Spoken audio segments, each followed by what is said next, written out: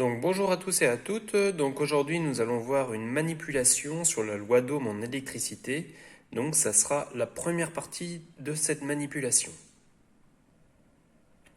Donc pour réaliser ce montage, j'aurai besoin d'une alimentation variable, d'un interrupteur et d'une résistance. Donc l'alimentation variable qui est ici, on aura besoin d'un interrupteur ici, d'une résistance et évidemment de fils de connexion. Donc on passe à la réalisation du circuit. Donc là je pars de l'alimentation variable. Donc ici. Donc je vais ici à mon interrupteur qui est là. De mon interrupteur, je vais vers ma résistance à mesurer. Donc de mon interrupteur, je pars vers ma résistance à mesurer. Ici. Je repars de la résistance à mesurer, je retourne vers mon alimentation. Donc je repars de ma résistance et je retourne vers mon alimentation. Voilà.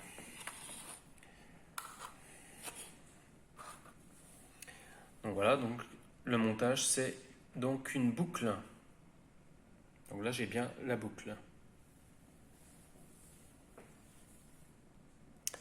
Donc là, avant de commencer pour faire cette manipulation-là, donc je vais mesurer, ça c'est une résistance donc fixe, donc je vais mesurer sa valeur à l'ohmmètre.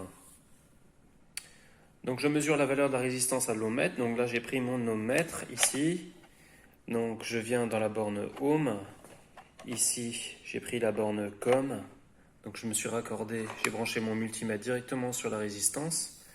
Et donc là, j'ai pris le calibre 200 ohms, car c'est une résistance qui est inférieure à 100 ohms. Et donc là, j'ai une résistance de valeur fixe pour l'expérience, donc résistance fixe 32,5 ohms. Donc la valeur de la résistance tout au long de l'expérience sera constante, ce n'est pas une variable. Nos paramètres, donc on va varier la tension, ici, c'est une alimentation variable, on fait varier la tension, le courant va également varier, par contre la résistance ici sera fixe. Donc la première partie qu'on a ici, résultat des mesures, donc j'ai commencé par mettre la résistance qu'on vient de mesurer à l'ohmmètre, 32,5 ohms, et tout au long de l'expérience, ça sera une constante, ça veut dire que les 32,5 ohms ne vont jamais changer. Donc là ce que je vais faire, je vais mettre le montage sous tension, et puis je vais relever les tensions et les intensités correspondant à ce montage. Donc là je vais faire varier la tension, forcément l'intensité variera, par contre la résistance tout au long sera constante. Donc il y a deux paramètres variables ici, U et I. Donc ça sera des variables. Et R ici sera constant. Donc voilà, je vais mettre mon alimentation sous tension. Donc qu'est-ce que je remarque sur l'affichage ici? Donc pour un courant ici de 0 ampère, on a 0 volts. Si I égale 0, U égale 0. Donc ça, on va déjà le noter ici. Si I égale 0, la tension U sera égale à 0, sachant que ma résistance fait 32,5 ohms. Donc là, après, si j'exploite ça, donc on aura une caractéristique, l'origine. Donc déjà, on pourra dire que c'est un phénomène linéaire. Donc après, ce que je vais faire varier la tension, donc avec le bouton ici. J'augmente la tension.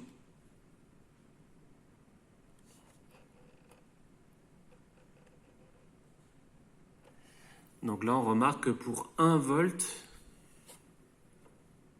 on a 0,02 ampères. 1 volt, 0,02 ampères. Donc ça, je vais le noter. Pour 1 volt ici, on a 0,02 ampères. Donc là, j'augmente à nouveau la tension.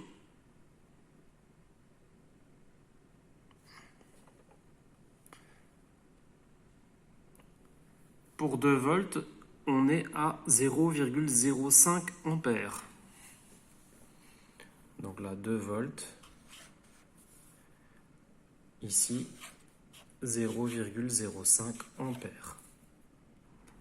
Donc j'augmente à nouveau ma tension.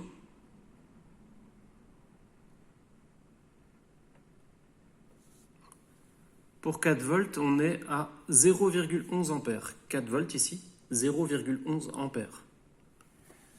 Donc, 4 volts, 0,11 ampères.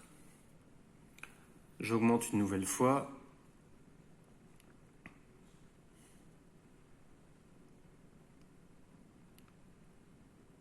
Pour 7 volts, on est 7 volts ici, 0,21 ampères.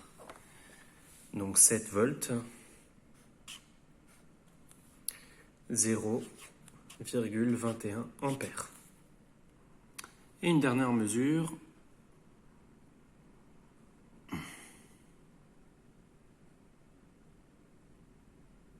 Pour 10 volts ici, on est à 0,31 ampères. Donc pour 10 volts, 0,31 ampères. Voilà, donc on a fait 1, 2, 3, 4, 5, 6 mesures. Et puis après, donc on va exploiter ces mesures-là. Donc exploitation des mesures. Donc là, ce qu'on va faire, on va tracer rapidement un petit croquis, la tension en fonction de l'intensité. Donc là, on va tracer la caractéristique U en fonction de I.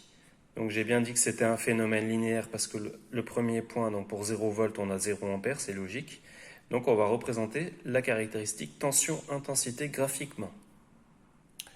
Donc pour la caractéristique, donc je représente un graphique, donc U en volts, on le met sur l'axe vertical, axe des ordonnées. L'intensité en ampères, on le met sur l'axe horizontal, donc l'axe des abscisses. Après, donc on a des chiffres, donc on va porter des graduations sur chaque axe, sachant qu'on n'a pas du tout les mêmes mesures, donc là ce sera un repère orthogonal, on ne fera pas un repère orthonormé. Donc là pour mon graphique, j'ai pris donc en graduation, j'ai pris un intervalle pour 2 volts en ordonnée, et en abscisse, j'ai pris donc un intervalle pour 0,05 ampères, donc 50 milliampères. Donc là, si je représente les points, donc le premier point, on a dit que pour 0 volts, on avait 0 ampères. Donc, le premier point, il est ici. Le deuxième point, pour 1 volt, on a 0,02 ampères. Donc, on repère 1 volt donc, entre 0 et 2. On est à 0,02 ampères. Donc, on est à peu près ici. Pour 2 volts, on est à 0,05 ampères. Donc 2 volts, on est à 0,05. Pour 4 volts, on est à 0,11. Donc 4 volts ici. À 0,11 ici.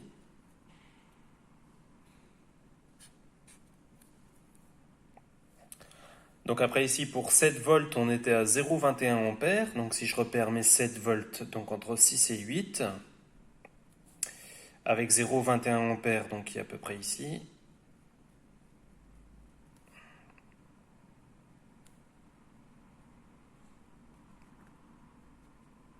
Donc le point, il est là.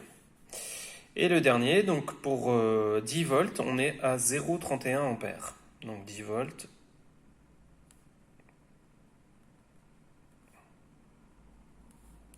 À 0,30 ici. Donc 0,31 ampères.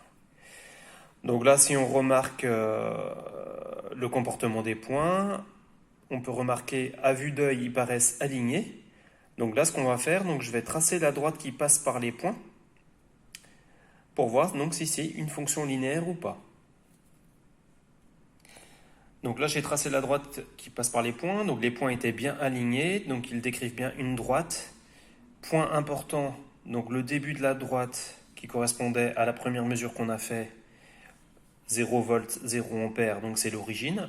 On a une droite donc qui passe par l'origine du repère, donc la fonction est linéaire. Donc cette formule-là enfin cette fonction-là qui relie U et I, deux variables ici. Donc c'est un phénomène linéaire. Donc ça c'est important de le noter. Donc là, je vais le noter ici, c'est un phénomène linéaire.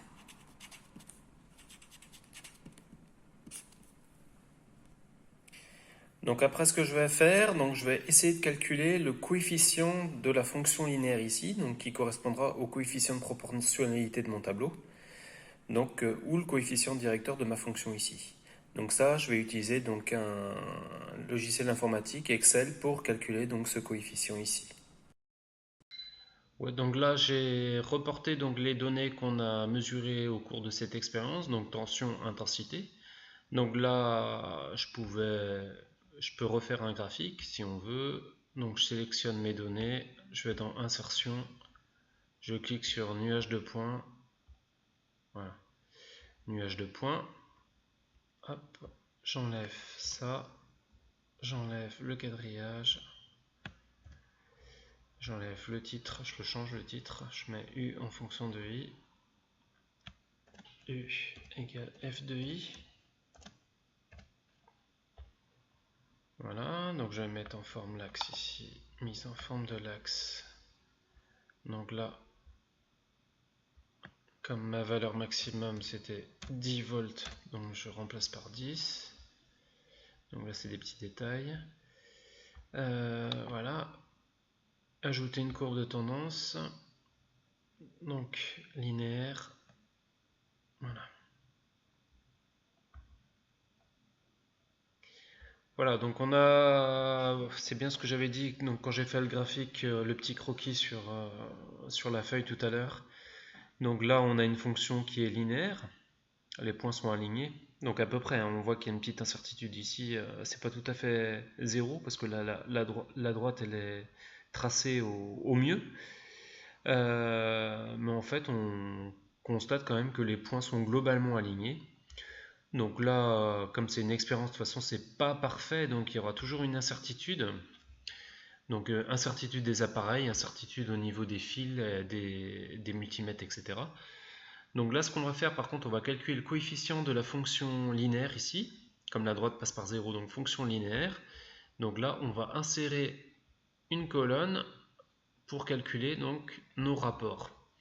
Donc là, je vais copier cette colonne-là, copier, coller. Donc je vais la modifier, donc ici ça sera rapport, donc U sur I, donc ça j'enlève. Donc rapport U sur I, il faut diviser la tension, les volts, par l'intensité, les ampères. Donc volt B divisé par les ampères, donc en colonne C.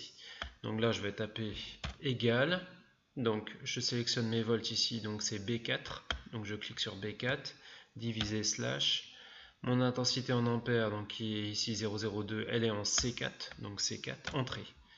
Voilà. Après, je l'étire jusqu'en bas. Voilà. Donc voici les résultats de nos rapports U sur I, coefficient de la fonction linéaire. Là, j'ai pas inscrit donc le rapport correspondant à l'origine, parce que si on divise 0 par 0, c'est une forme indéterminée, donc il n'y aura pas de chiffre, donc je ne l'ai pas inscrit. Donc là, je pourrais éventuellement la noircir, celle-là on n'en tient pas compte. Là, qu'est-ce qu'on remarque au niveau de nos rapports? Bon, on voit que pour les faibles tensions, très basse tension, 1 ou 2 volts, donc on voit que là c'est vraiment incertain, hein. On est à 50 ohms, ici 40 ohms. Donc là il y a déjà 10 ohms d'écart. Par contre si on regarde cela, c'est plus, les valeurs sont plus rapprochées. Donc pour 4 volts on est à 36 ohms. Pour 7 volts, on est à 33 ohms et pour 10 volts, on est à 32,2 ohms, sachant que notre résistance, elle était à 32,5 ohms. Donc là, en fait, la loi d'Ohm, elle est bien vérifiée pour celle-ci. Et là, en fait, on a une petite incertitude de mesure quand même. L'expérience, elle ne marche pas trop pour les tensions qui sont inférieures ou égales à 2 volts. Donc par contre, à partir de 4 volts, là, on constate que ça marche beaucoup mieux. Donc là, on peut dire que la loi d'Ohm est respectée. La loi d'Ohm U égale RI est vérifiée. Déjà parce qu'on a la loi d'Ohm est vérifiée. Pourquoi elle est vérifiée? Donc déjà, U égale F de I est une fonction linéaire. Donc là, c'est déjà la base. Le fait que ça soit une fonction linéaire, U égale R fois I, parce que U, donc U c'est ici Y, égale R c'est le coefficient, fois I c'est X. Donc ça sera du type Y égale à X. Donc là, on a bien vérifié que c'était une fonction linéaire, une droite qui passe par l'origine. Donc déjà, là, c'est déjà un critère important. Au niveau de nos résultats, donc par rapport à notre résistance de départ qui était constante, R constante de 32,5 ohms, 32,5 ohms. Donc là, on constate quand même qu'ici, on s'approche vraiment des 32,5 ohms. Donc juste ici, où il y a vraiment l'expérience, donc elle n'est pas très précise, donc avec l'incertitude de mesure, l'incertitude des câbles, de l'alimentation variable, donc là, ça marche pas trop. Par contre, ici, on voit bien qu'elle est vérifiée. Donc dans l'ensemble, on peut dire que la loi d'Ohm, qui est U égale RI, est valable. Voilà. Donc en espérant que j'ai été clair pour cette vidéo, que ça n'a pas été un peu trop le fouillis sur Excel, etc. Donc n'hésitez pas à poser des questions, me contacter directement, liker la vidéo si vous aimez bien, ou vous abonner éventuellement. Et puis ben, je vous dis à bientôt pour de prochaines aventures, et puis portez-vous bien, et puis ben, ciao.